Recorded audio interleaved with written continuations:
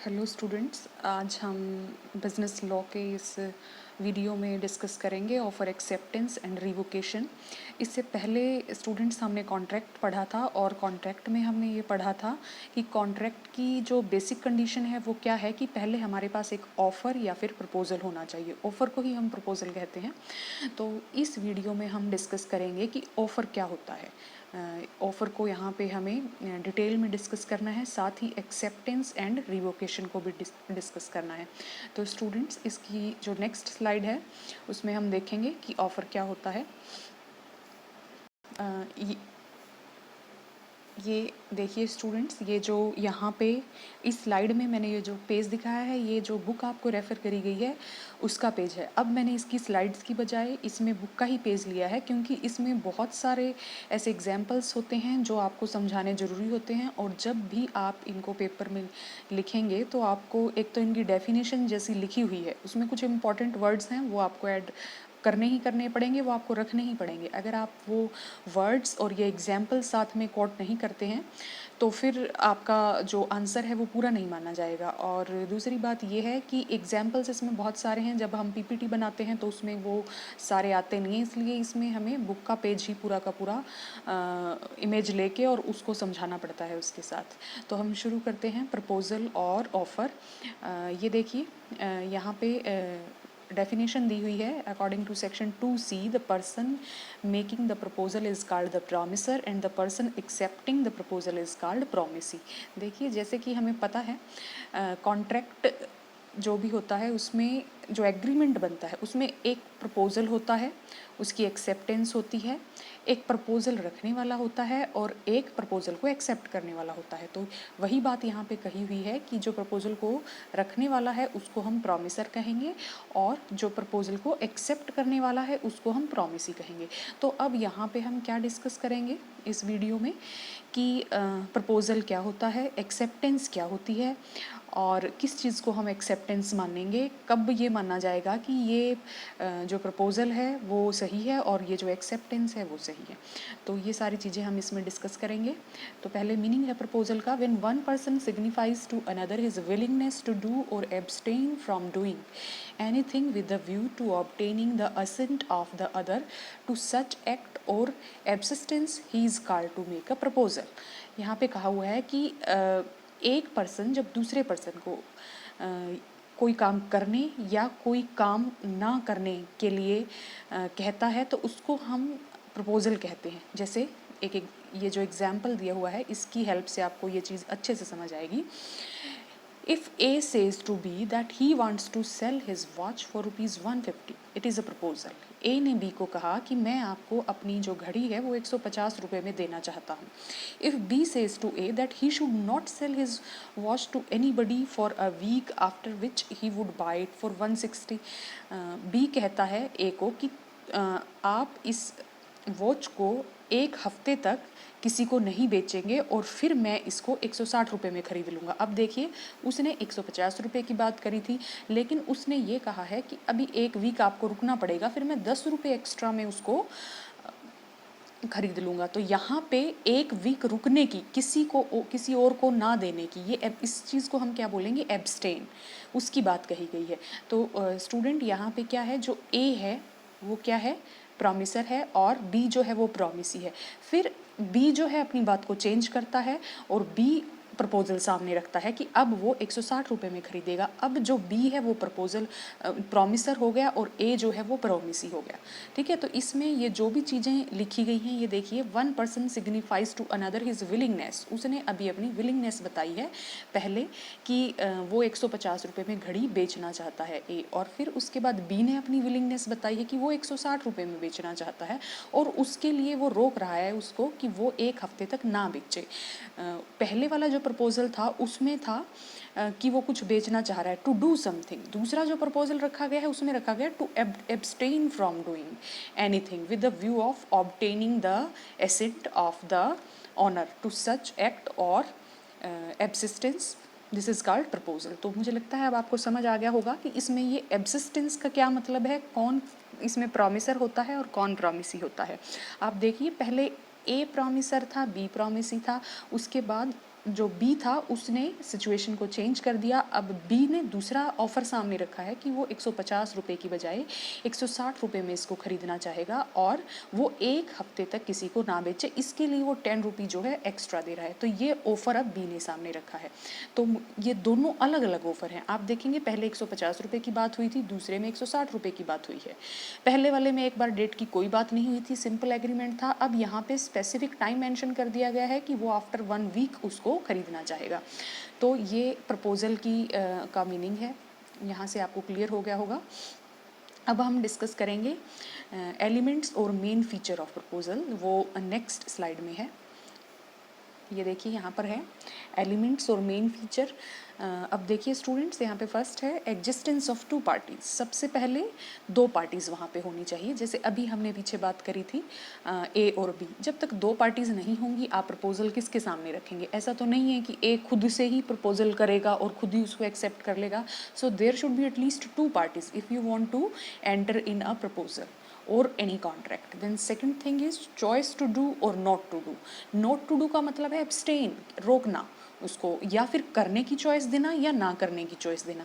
जो हमने पहले वाला एग्जाम्पल देखा था उसमें दोनों चीज़ें आ गई थी। ए बेचना चाह रहा था, वो करने की थी। बी फिर उसको 1 वीक तक बेचने से रोकने की बात कर रहा था, वो नॉट टू डू की है। तो इसके अलावा आप यहाँ पर भी एग्जाम्पल दे सकते हैं।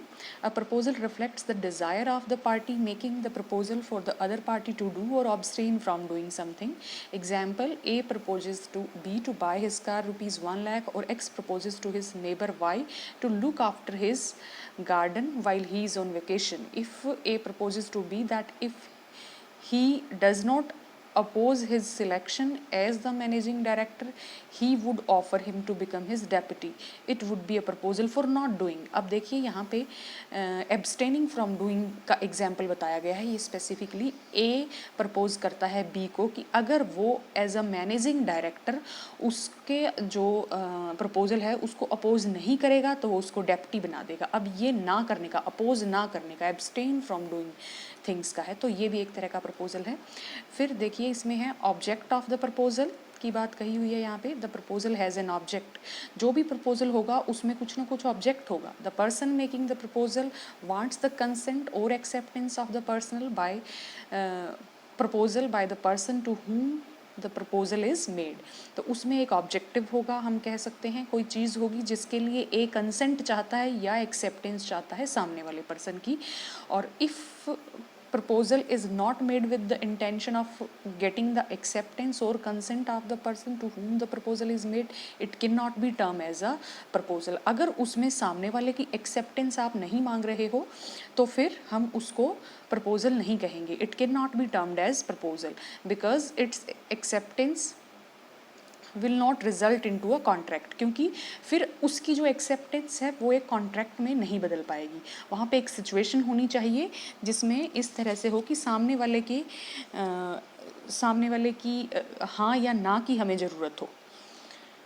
तो इसके बाद स्टूडेंट जो नेक्स्ट स्लाइड है उसमें इसकी हम कहेंगे कि नेक्स्ट फीचर के बारे में बताया हुआ है। नेक्स्ट फीचर्स जो हैं वो इसी का पार्ट है ऑब्जेक्ट ऑफ द प्रपोजल का। ये देखिए पहला है intention to make an offer. जो हम बात कर रहे हैं यहाँ पे प्रपोजल के ऑब्जेक्ट की, उसके यहाँ पे 2 पार्ट हैं, intention to make an offer and intention to make an offer, invitation to make an offer, sorry. तो आप इनको समझ के ये जो थर्ड पॉइंट था इसको अच्छे से क्लियर कर पाएंगे। Intention to make an offer का मतलब है कि जब कोई पर्सन ये डिक्लेयर कर रहा है कि वो एक ऑफ़र किसी के सामने रख रहा है, तो डिक्लेयर करते ही इसका ये मतलब नहीं है कि उसने ऑफ़र रख ही दिया है। जैसे कि यहाँ पर एक एग्जाम्पल दिया हुआ है हैरिस वर्सेस निकरसन का, कि निकरसन ने हैरिस वर्सेस निकरसन के केस में हैरिस ने ये एडवर्टीज़मेंट दी थी कि वो अपने कुछ गुड्स जो हैं वो लंदन में रख रहा है और वहाँ पर उनका ऑक्शन होगा। तो जो दूसरी जो पार्टी थी वो वहाँ पर पहुँच गई, लेकिन वो ऑक्शन को कंडक्ट नहीं करवा पाया और फिर उसने हैरिसन के ऊपर केस फाइल कर दिया कि उसने उसके पैसे और उसका टाइम बर्बाद किया है।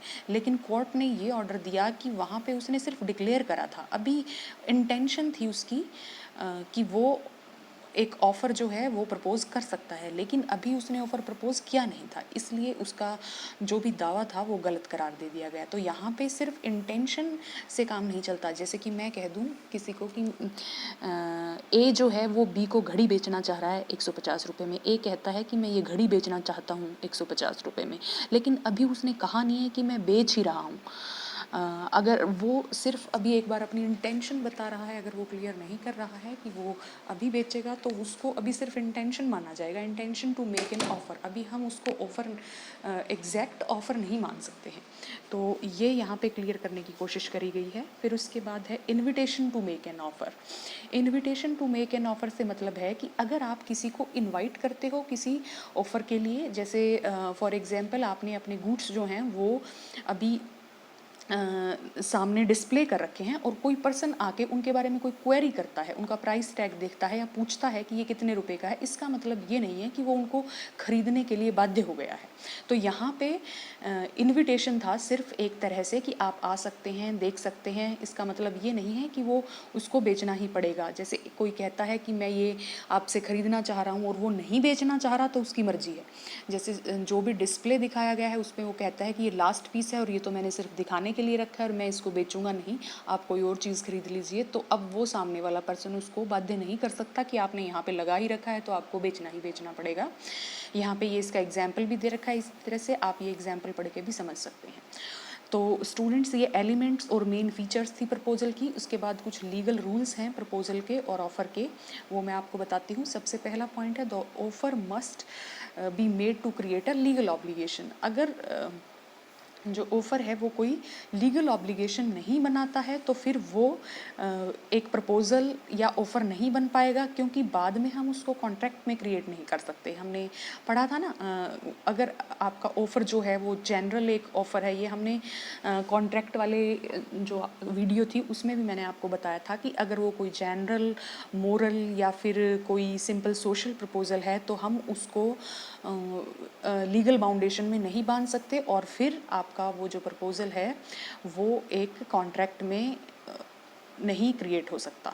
जैसे यहाँ पे बताया हुआ है कि ए प्रपोज़ल को पिकनिक के लिए ऑफ़र करता है और बी उस टाइम पे नहीं आ पाता, तो इसके लिए कोई लीगल ऑब्लिगेशन क्रिएट नहीं होती, और जब तक लीगल ऑब्लिगेशन नहीं क्रिएट होती तब तक हम उसको एक प्रपोज़ल नहीं कह सकते जो कि एक कॉन्ट्रैक्ट में बदला जा सके। हम प्रपोज़ल क्यों पढ़ रहे हैं? क्योंकि प्रपोज़ल जो है वही बाद में कॉन्ट्रैक्ट में बदला जाएगा और उसके लिए लीगल ऑब्लिगेशन होनी ज़रूरी होती है। अगर आप उसको लीगल ऑब्लिगेशंस में नहीं बांध सकते हैं तो आगे जाके उसको कॉन्ट्रैक्ट भी नहीं बना सकते। उसके बाद स्टूडेंट्स, हम इसकी सेकंड फीचर डिस्कस करेंगे, वो हमारी नेक्स्ट स्लाइड में है। सेकंड इसकी फ़ीचर इसमें दिखाई नहीं दे रही है अच्छे से, मैं आपको वैसे बता देती हूँ। ये यहाँ पर आप अपनी बुक्स में देखेंगे तो आपको पता चल जाएगी।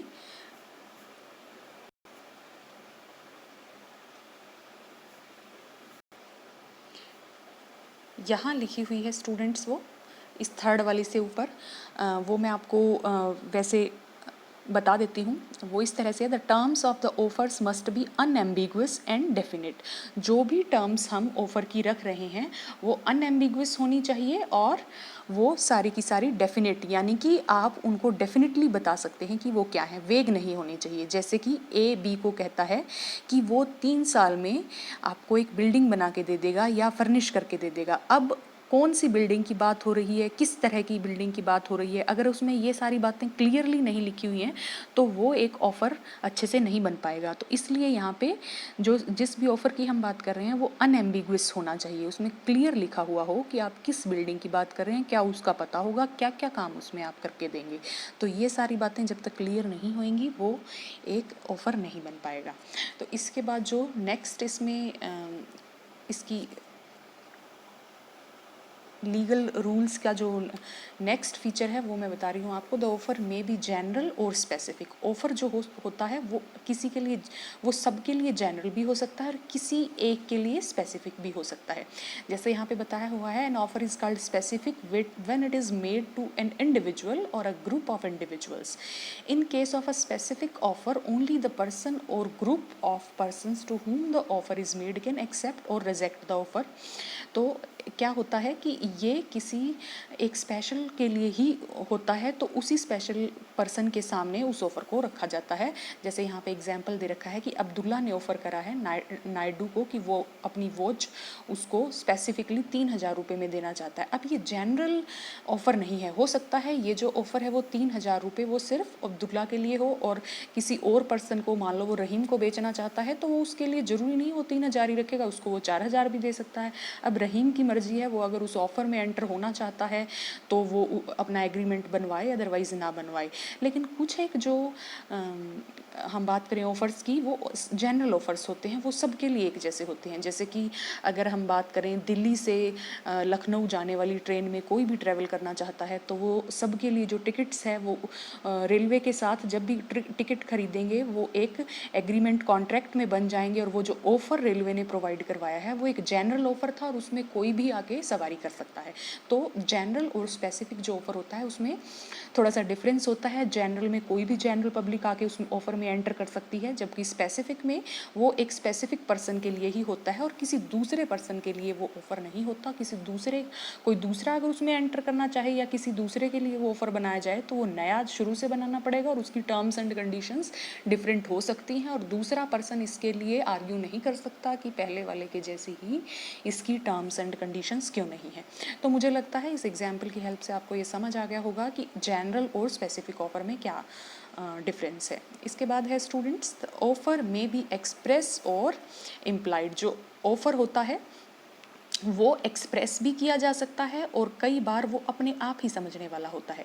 जैसे यहाँ पे लिखा हुआ है, an offer does not necessarily need to be expressed, it can also be implied. कई बार वो अपने आप ही हमेशा ज़रूरी नहीं है कि वो एक्सप्रेस ही करा जाएगा, वो अपने आप भी हम कह सकते हैं कि समझने वाला या समझा जा सकता है।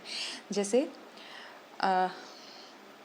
जो स्पेसिफिक ऑफ़र है वो आपको रिटन या ओरल में स्पेसिफिकली बताना पड़ेगा। हम कह सकते हैं कि यहाँ पे इसको मैं एक सिंपल एग्जांपल से आपको बताती हूँ, चाहे ये वाला एग्जांपल मत लिखना आप। जैसे मान लीजिए बस स्टैंड पर एक बस खड़ी है जो कि दिल्ली से हिसार की तरफ जा रही है, उसके ऊपर बोर्ड लगा हुआ है कि वो दिल्ली से हिसार की तरफ जाएगी। तो ये जो चीज़ है ये इम्प्लाइड है कि वो बस दिल्ली से हिसार की तरफ जाएगी। इसको किसी भी यात्री को बताने की उनको ज़रूरत नहीं है, जो भी दिल्ली से हिसार जाना चाहता है वो उसमें बैठ सकता है। तो ये अपने आप में इम्प्लाइड है। अगर इसमें कंडक्टर या ड्राइवर बताना चाहते हैं तो वो बता भी सकते हैं, तो वो एक्सप्रेस भी कर सकते हैं, और ये अपने आप में इम्प्लाइड भी है। दोनों ही चीज़ें हैं इसमें।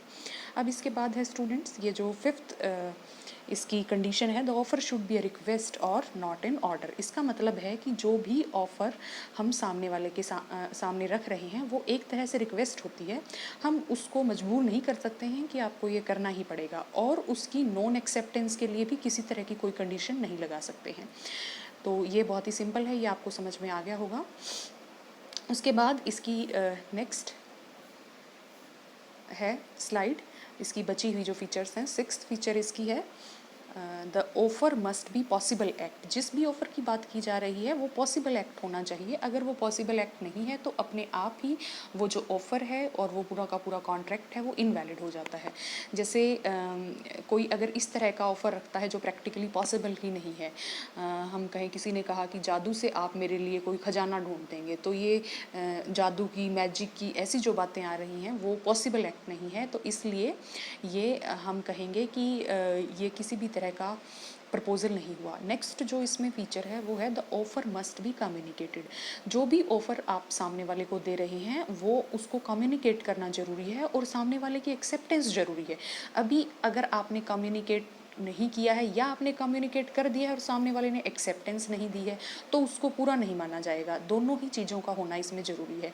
यहाँ पर एक एग्जाम्पल और एक केस की हेल्प से यहाँ पे समझाया हुआ है कि लालमन शुक्ला और गौरी दत्त बनाम एक केस है, जिसमें कि जो लालमन था वो गौरी दत्त का एम्प्लॉय था, और उसका भतीजा जो है वो गुम हो गया था। तो लालमन को उसको खोजने के लिए भेज दिया गौरी दत्त ने। खोजने भेजने के बाद उसने ये कहा कि जो भी उसके भतीजे को ढूंढ लाएगा वो उसको एक रिवार्ड देगा। लेकिन जो लालमन है वो उसको ढूंढ लाया और उसको रिवार्ड की बात अभी पता नहीं थी। जैसे ही उसको रिवार्ड या इनाम की बात पता चली तो उसने उसके ऊपर केस कर दिया कि वो रिवार्ड का हकदार है। उसके बाद जो कोर्ट थी उसने ये फैसला सुनाया कि जब वो ढूंढने के लिए गया तब उसको पता ही नहीं था और उसने अपनी एक्सेप्टेंस भी नहीं दी थी। जब तक उसे पता नहीं था, उसने एक्सेप्टेंस नहीं दी थी, तो ये किसी तरह का कॉन्ट्रैक्ट नहीं बना। तो जब वो कॉन्ट्रैक्ट नहीं बना, क्योंकि वो ऑफ़र ही अच्छे से नहीं बना था, तो कॉन्ट्रैक्ट कैसे बनेगा? ऑफ़र, प्रपोजल या एग्रीमेंट, ये ऑफ़र और प्रपोजल से एग्रीमेंट बनेगा, उसी से कॉन्ट्रैक्ट बनेगा। अभी बेसिक कंडीशन ही अच्छे से पूरी नहीं हुई है, तो ये कॉन्ट्रैक्ट नहीं बना और वो उसके ऊपर किसी भी तरह के रिवार्ड का दावा नहीं कर सकता। तो स्टूडेंट्स, ये सभी फीचर्स थी प्रपोज़ल के बारे में। उसके बाद हम नेक्स्ट जो हमारा वीडियो होगा एक्सेप्टेंस के बारे में पढ़ेंगे। एक्सेप्टेंस किस तरह से सामने वाले को रखी जाती है और सामने वाला किस तरह से उसको एक्सेप्ट करता है, ये सभी बातें उसमें हम करेंगे।